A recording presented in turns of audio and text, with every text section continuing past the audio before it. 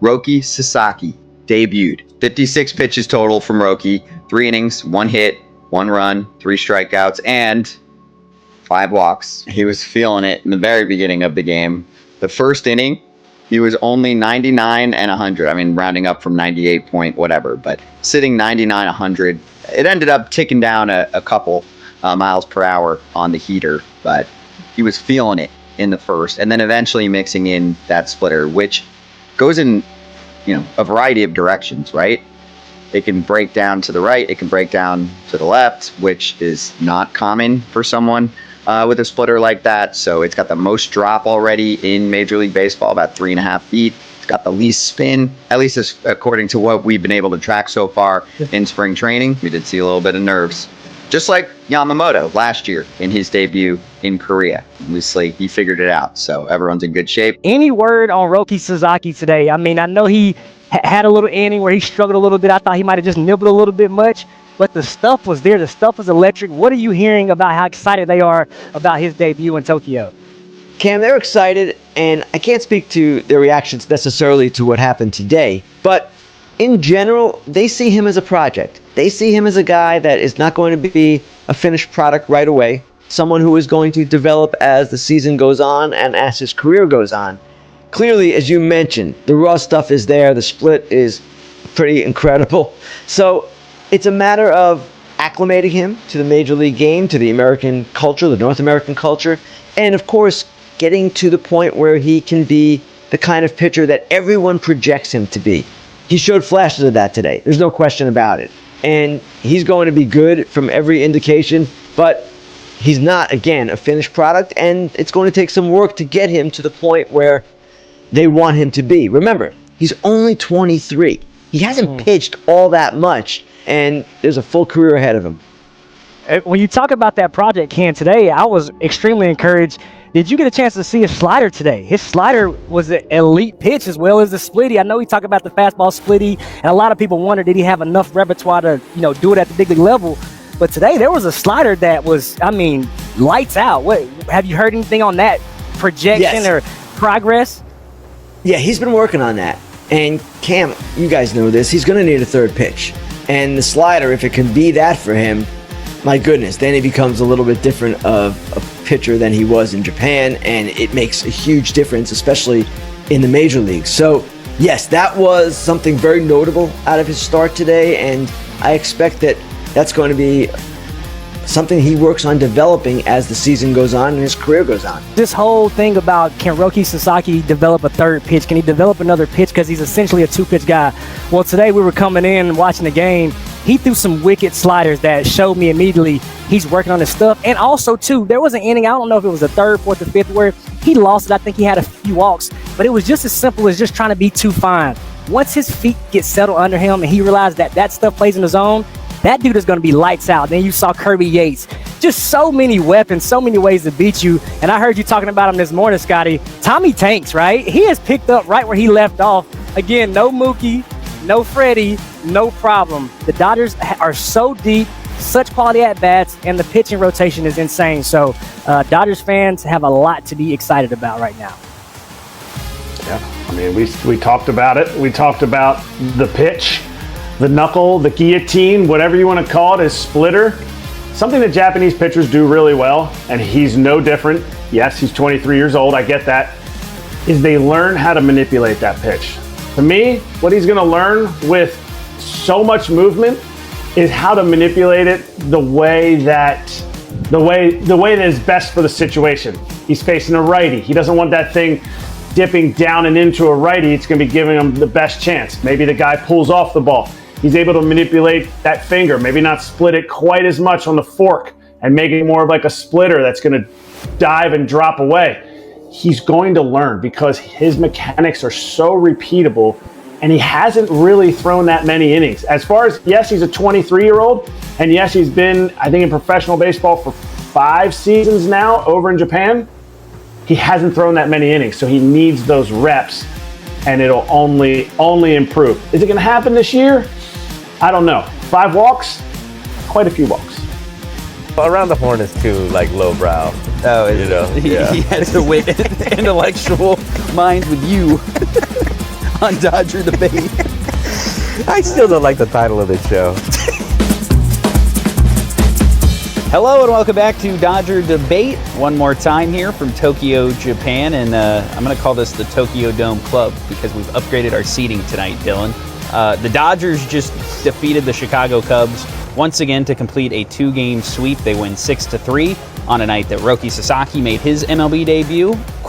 Quite a debut it was for 3 innings.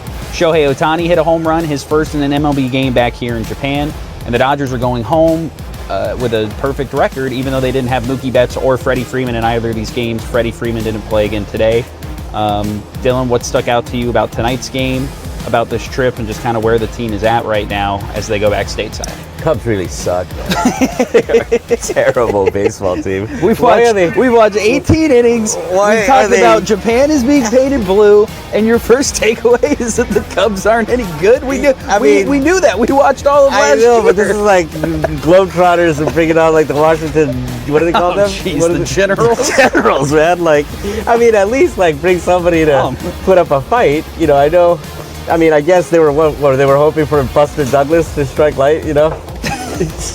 Catch the lightning in a bottle again? I think they were hoping for Roki Sasaki to knock himself out, actually. That was kind of the game plan tonight. Okay, but in all seriousness, I mean, look, this is, you know, we can kind of get into all the little things that are going to kind of decide where this season goes, you know, but the one thing, you know, to me is that at the end of the day, this was about Ohtani, right? Ohtani is the reason why this week was as big as it was. You know, Ohtani is the reason all this advertising exists here, right? Ohtani is the reason, again, you know, and I think at the end of the day, you could tell, right? The fans were here to see Ohtani, right? When he got intentionally walked that one time in an obvious, you know, empty base situation, the fans were very upset. They were here to watch Ohtani hit a home run. They were upset when he got walked in a non-obvious situation later by accident in the ninth inning. Yeah, and you know, to me, again, right, and the fact that he could, like, in that type of environment, right, knowing everybody's kind of here to watch him hit a home run, to actually be able to hit a home run, that's kind of what makes this guy special, I think, right? And again, you know, I think various sports, you know, certain sports, it's kind of, right, you have a basketball superstar, it's easier to kind of build a marketing thing around him. You know how it's going to go for the most part, unless the guy suffers like a devastating injury, right? You know, baseball is kind of one sport where it's tough, right? Because performances kind of fluctuate. You look at the All-Star team on a year-to-year basis, the turnover on these things is kind of crazy from year to year, right? You check out an All-Star team from like 4 or 5 years ago. These guys are, you know, some of these guys are at the end of benches now just because, again, a little injury just kind of changes things. And the fact that you can kind of have this presence like this, right? I mean, it's kind of, you got to go back to, you know, Mike Trout when he had that stretch before he started getting injured. Before that, maybe like Barry Bonds, you know, but I think in both of those cases, you know, in Trout's case, you probably had Albert Pujols. right player in the wrong market, you know, and you know, you could argue obviously Ohtani earlier in his career was also in the wrong market. Yeah, because I mean, if Ohtani's playing with the Angels, this isn't happening either. You know, it's the right player, right personality. Because it's not happening like this. Right. Yeah. You know, and so to me, it just kind of, again, but it all, in the end, all these things, right? The fact that, you know, people think Ohtani's good looking or that he's, right, charismatic or whatever it is. None of these things matter if he doesn't hit. And the fact that he can kind of continually create moments, to me, is just kind of, you know, I know we've talked about this.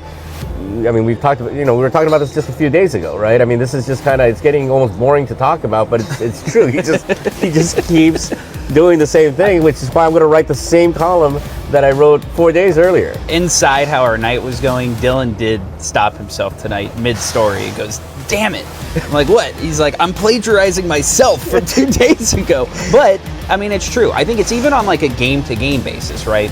I think one of the problems like baseball has being sold to a national audience, you know, as some sort of national TV product, some appointment viewing thing, is that even like players who are consistently good year over year over year, it's hard to know when those moments will happen. Right. You know, like well, this is why like Sunday Night Baseball is tough, because you just like, you throw it on and it's just kind of random what's going to happen in any one game.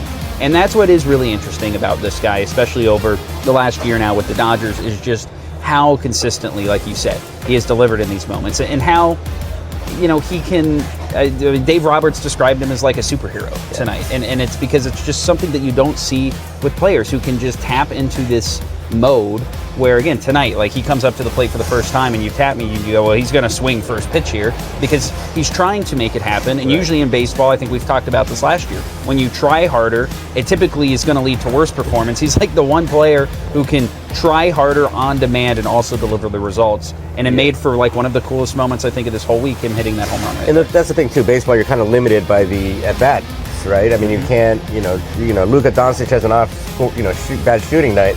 Well, you can just keep shooting more, right. And as a fact, even if Luka's shooting, and he will, right? Yeah, right. And he'll still score like 25 points, and as a fan, you're like, well, I got to see Luka Doncic score 25 points, right.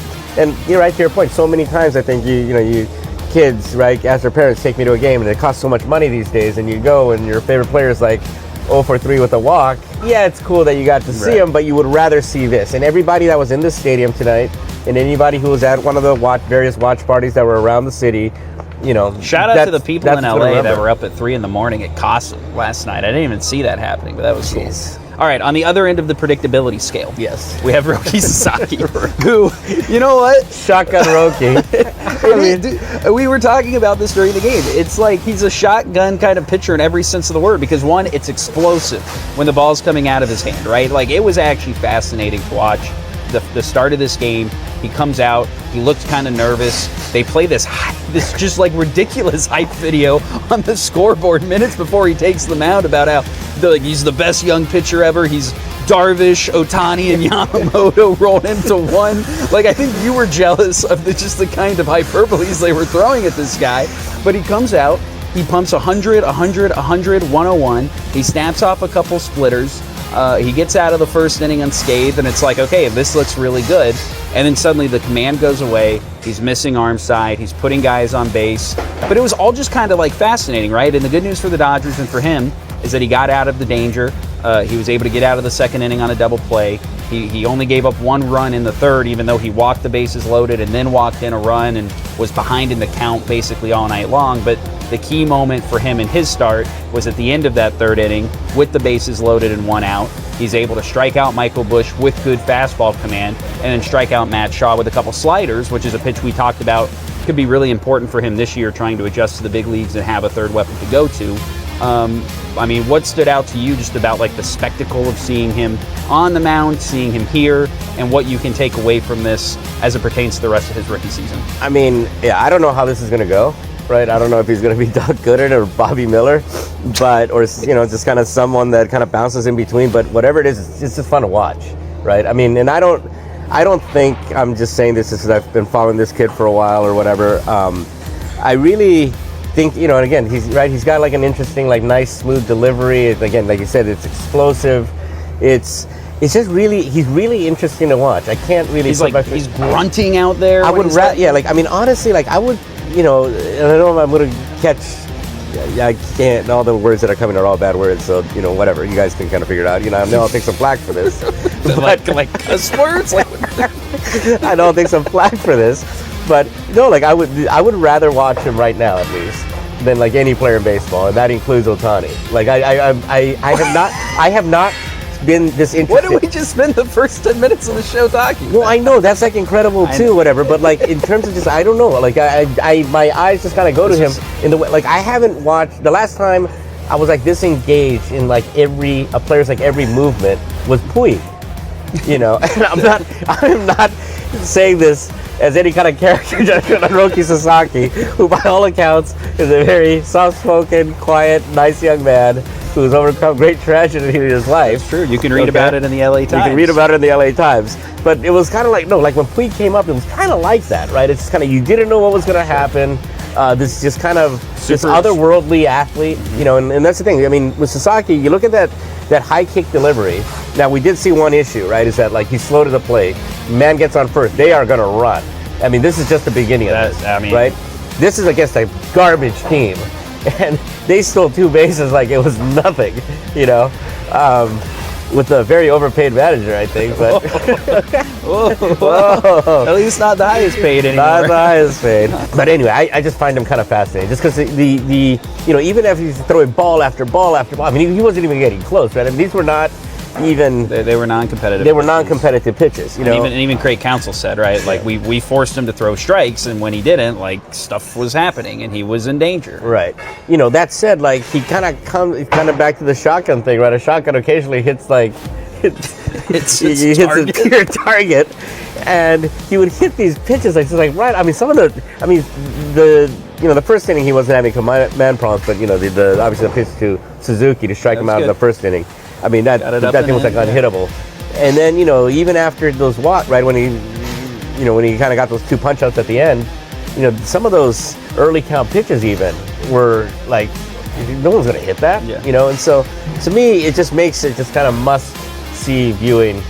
I think assuming this kind of trends more positively than negatively, I think LA's gonna like fall in love with this kid. He's just interesting to watch. Well, it's kind of like the anti-Yamamoto in some Right. ways, right? Who's like can be so precise and at his best so consistent. I think tonight we got an extreme version of Roki, right? Like this was obviously a very emotional setting.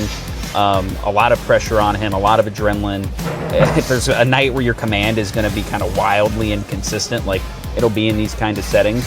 But yeah, this is, I think, a good microcosm of how his season might look, which is like these moments of, it really is like, especially seeing him in person in a real game, in a non-spring training atmosphere, like it was really interesting. I thought the crowd, when he was struggling to get the ball over the plate and was in some tough situations, like they were kind of encouraging him almost. Like I thought that was a really interesting dynamic. And yeah, to me, like the big thing is that in that key spot in the third, it's not just that he got out of it, but he got out of it with the fastball command, showing some real progress with the slider, which up to that point tonight hadn't looked that sharp. And I think kind of showing Dave Roberts and his teammates in the organization, like, look, obviously there's a lot going on tonight, but in the moment where it really mattered at a key juncture in the game, he was able to execute pitches. And I think that's something that for all the different highs and lows he's going to go through this year, if he can do that in big spots and get himself out of some tough spots, like we saw it with Yamamoto early last year in some of the games where he did struggle, but was able to kind of limit damage and avoid really big innings after that first Korea start, that's so important as you're trying to adapt and figure out who you are at the MLB level. And to me, that was the biggest takeaway for me from him tonight. You know what else was kind of cool this week, I thought? Was that our co-host from last night, Dr. Neil Elytraj, really got his due. Taro Abe of the Chunichi newspapers wrote that Dr. Elytraj has hands of God. I mean, Not to overlook our colleague, Bill Plaschke. you just want to keep, turning the knife on Plaschke not being here now? No, Plaschke has been honored by the LA Press Club Lifetime Achievement Award. Incredibly. And now, And I think we got him there, right? He had not won this right, I was award gonna say, until you he can got add on this. Dodger debate onto the That was the last resume thing list. he had to check off, Yeah, that's right. right? Because he hadn't done enough TV work No. or debating or anything like that. No. Well, Around the Horn is too, lowbrow. Oh, yeah. he had to win intellectual minds with you on Dodger debate. I still don't like the title of this show. I really don't. Like, Hey, we dropped the. Are you looking forward to your flight tomorrow? oh, it's gonna be so bad. Dylan's been very sick this week. I know. If you can't tell by just the waterfalls of sweat that have been coming down the sides of his head, but I mean, it could just be like I'm just like a pig. well, yeah. On that note, it was a fun week here in Tokyo. It wasn't for me, man. I was just holed up in my hotel room, dying while you were out at capybara bars. This guy's sending me. bars. This guy's sending me. Hey, look at this video. Look at this capybara. King Taco, I'm coming back. Be ready. Tommy's Burgers on Rampart. We're coming for you next Thursday at midnight because that's when the Dodgers home opener will be. They have their Freeway Series games against the Angels, but they will return home 2-0 and with a lot of, and I think this part's true, a lot of cool memories for them and the organization, and I think the fan base too, either people that were here or people that were following along with everything that went on over here, because it was a big week. It was an exciting week. Oh yeah, you know what I'm gonna miss about this place though? That I was kind of mildly famous here. Mr. It's it's not my work that they like. It's just I'm around Otani. Well, I do think that's true. I mean, people get famous by and I was a very good celebrity. I took pictures with everybody. I asked Okay, him. no, I'm ending this show before Dylan indulges his celebrity anymore. If you see Dylan, do not come up to him. He is not famous. We are just messing around when we do this show, and we can't wait to do it again when we get back to the States. Oh, by the way, a sure thing, the Dodgers won. They just beat the Cubs. And get a load of Roki Sasaki. If you get a chance to watch him pitch, woo, his first 3 pitches, hundy. And then his next pitch was 99. Then he had a splitter at 82. It feels like he either strikes you out or walks you, but you want to talk about some electric stuff. They may not need Ohtani to pitch this year.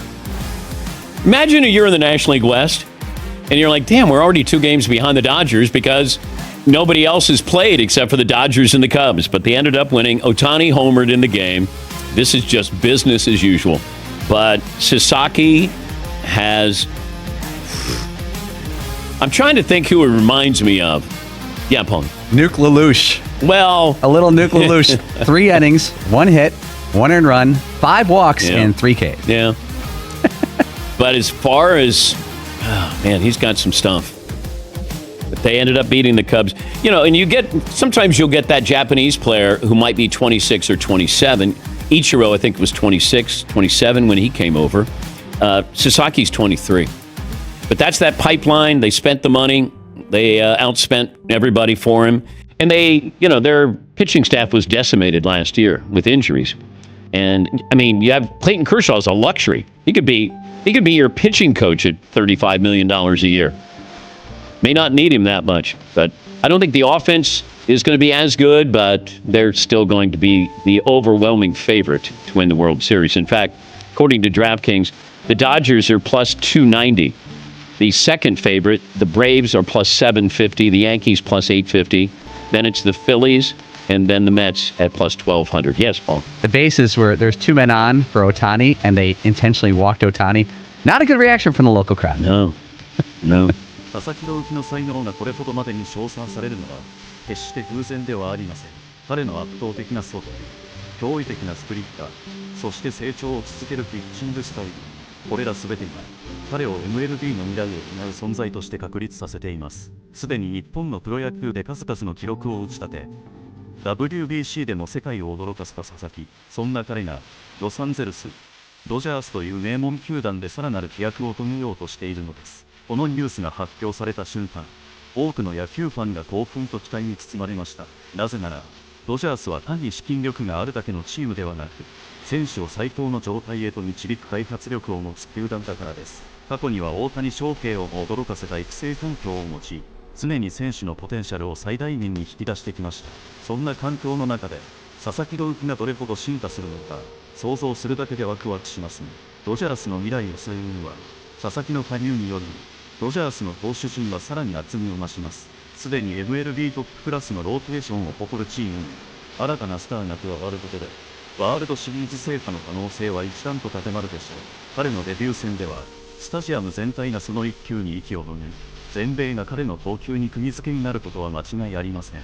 そして何より、佐々木はまだ発展途上の選手、現在でも驚異的なパフォーマンスを見せていますが、ドジャースでのトレーニング、MLB の厳しい環境の中で、さらに進化していくでしょう。もしかすると、数年後には、史上最高の投手として語られる存在になっているかもしれません。野球界を揺るがす最強のスプリッター。現時点でも世界最高の球と称される彼のスプリッター。